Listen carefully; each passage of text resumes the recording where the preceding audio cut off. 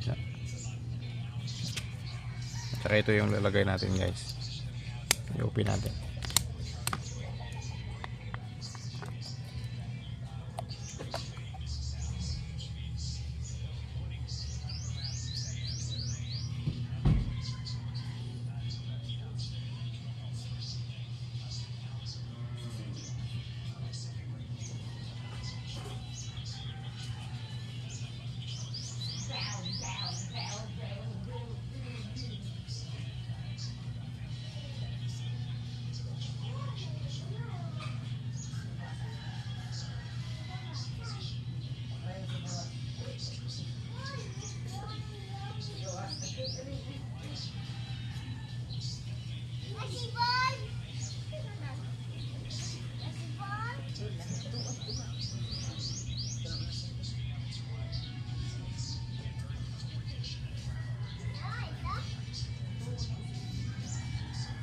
At saka ito guys yung natirang kalahati nung nakaraan nating oil ating niladag.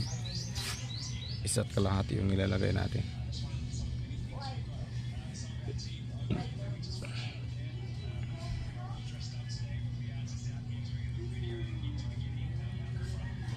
Yung iba naglalagay ng 1.3, 1.4, yung sa akin isa't kalahati yung nilalagay ko.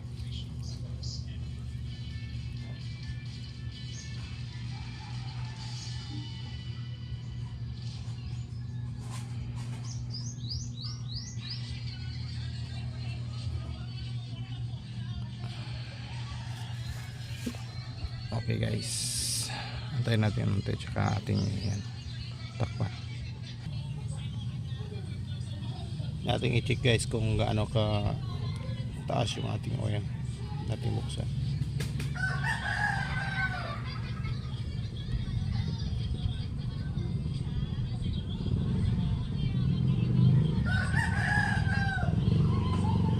Kilag pa sa lipstick natin guys, yan abot.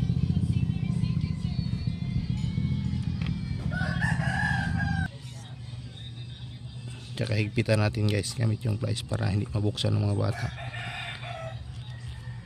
Okay, tsaka try natin banda rin.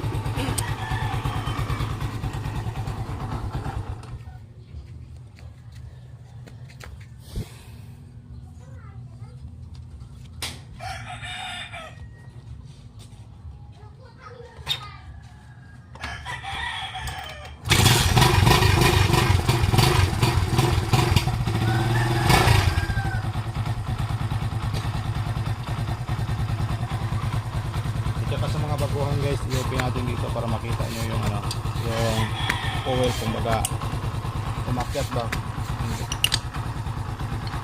Dito guys, sa mga baguhan po na hindi alam, kailangan na i-open nyo to para ma-check nyo kung maayos yung pagkalagay nyo ng filter nyo doon.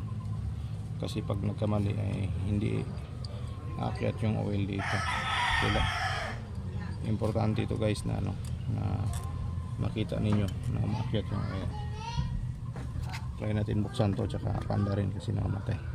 Ito guys yung laman ng ating camshaft, napakaganda. Try natin.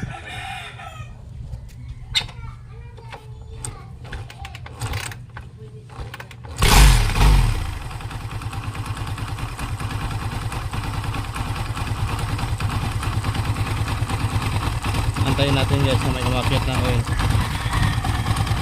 Kung nakikita nyo guys, may oil na umakyat.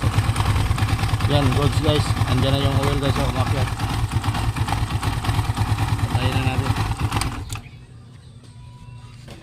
Okay guys.